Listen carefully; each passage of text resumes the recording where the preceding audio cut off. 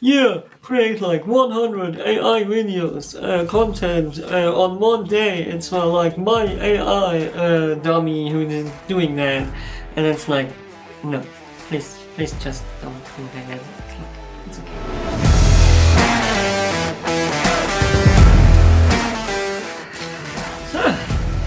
Well, hello everyone. Welcome back to the channel. This is my last promotion video for my upcoming big video. About probably the biggest trip project I did so far for myself. The first shot on my wish list. And I'm really excited to this. But up front, I want to talk to you about a few things I noticed in the process of making that. And today is gonna be like current concerns of photographers. AI, I know.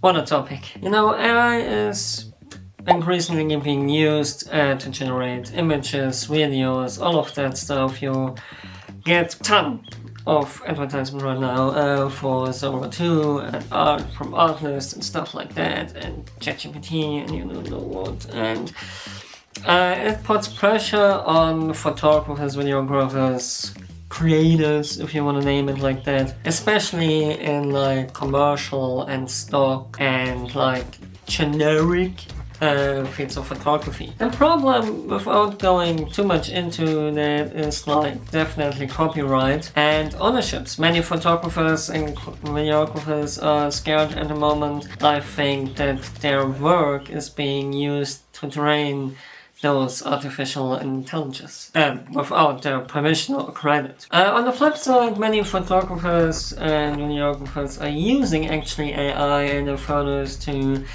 like replace stuff, like create scenarios that wouldn't have been able to in other ways.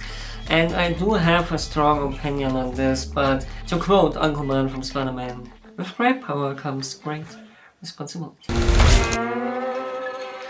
Yes, the second point, according to Zenfolio's 2025 survey, after it is actually, a large share of photographers saw their business costs go up in gear, insurance, etc., but many feel they haven't been able to raise their prices proportionally.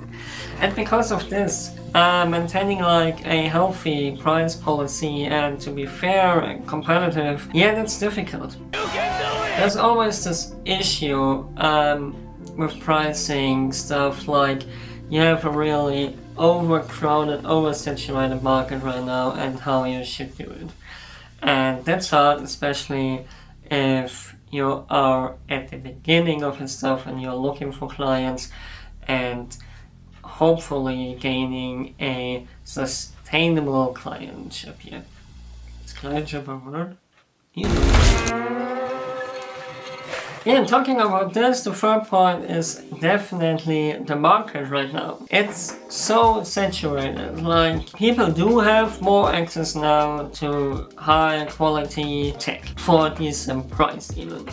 Even phones. You can in some way film a professional advertisement or shoot it with your phone. No, God! Which is lowering the barrier to be a beginner photographer, which is in some ways very good, but the situation can lead actually to a downward pressure on pricing. Some photographers now have to undercut their value because of this oversaturated market to stay relevant. There could be the argument, if you have to lower your price then you're not relevant, but not everyone in this world is like famous. Some people are not so famous and have to like compete in this oversaturated market.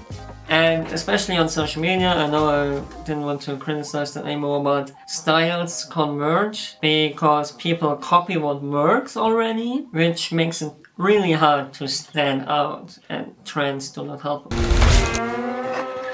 Yeah, burnout, coming to this, we definitely have to talk about the social media treadmill and burnout stuff. The demand to constantly produce content and stuff for social media and your audio portfolio and stuff, and kind of being in the zeitgeist trend thing is actually very exhausting. I often have the feeling I try to shoot more for engagement than for what I actually do wanna shoot.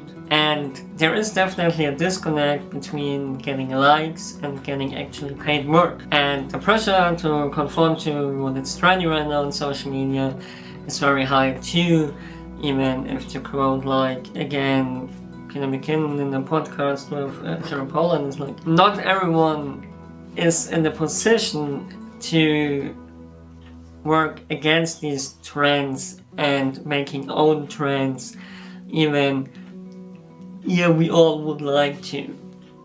And it would be nice if we would be able to. I mean, now in a paid... Wait for it. Here it comes. Almost there. Paid way. About number 5, the clients' expectation changed quite a lot. Clients are definitely now more knowledgeable about marketing trends and TikTok and social media and stuff like that, which is in some way good because you don't have to explain everything to them, but it also means that we photographers or videographers have to deal with very specific wishes and demands, which often include copying other people's work. And sometimes that's really unrealistic and not really cool to do. And travel photography, for example, the prices really drop because they want more influencers and less photographers. Yeah, there could be could be the same, but not every photographer is an influencer, or not every influencer is a photographer.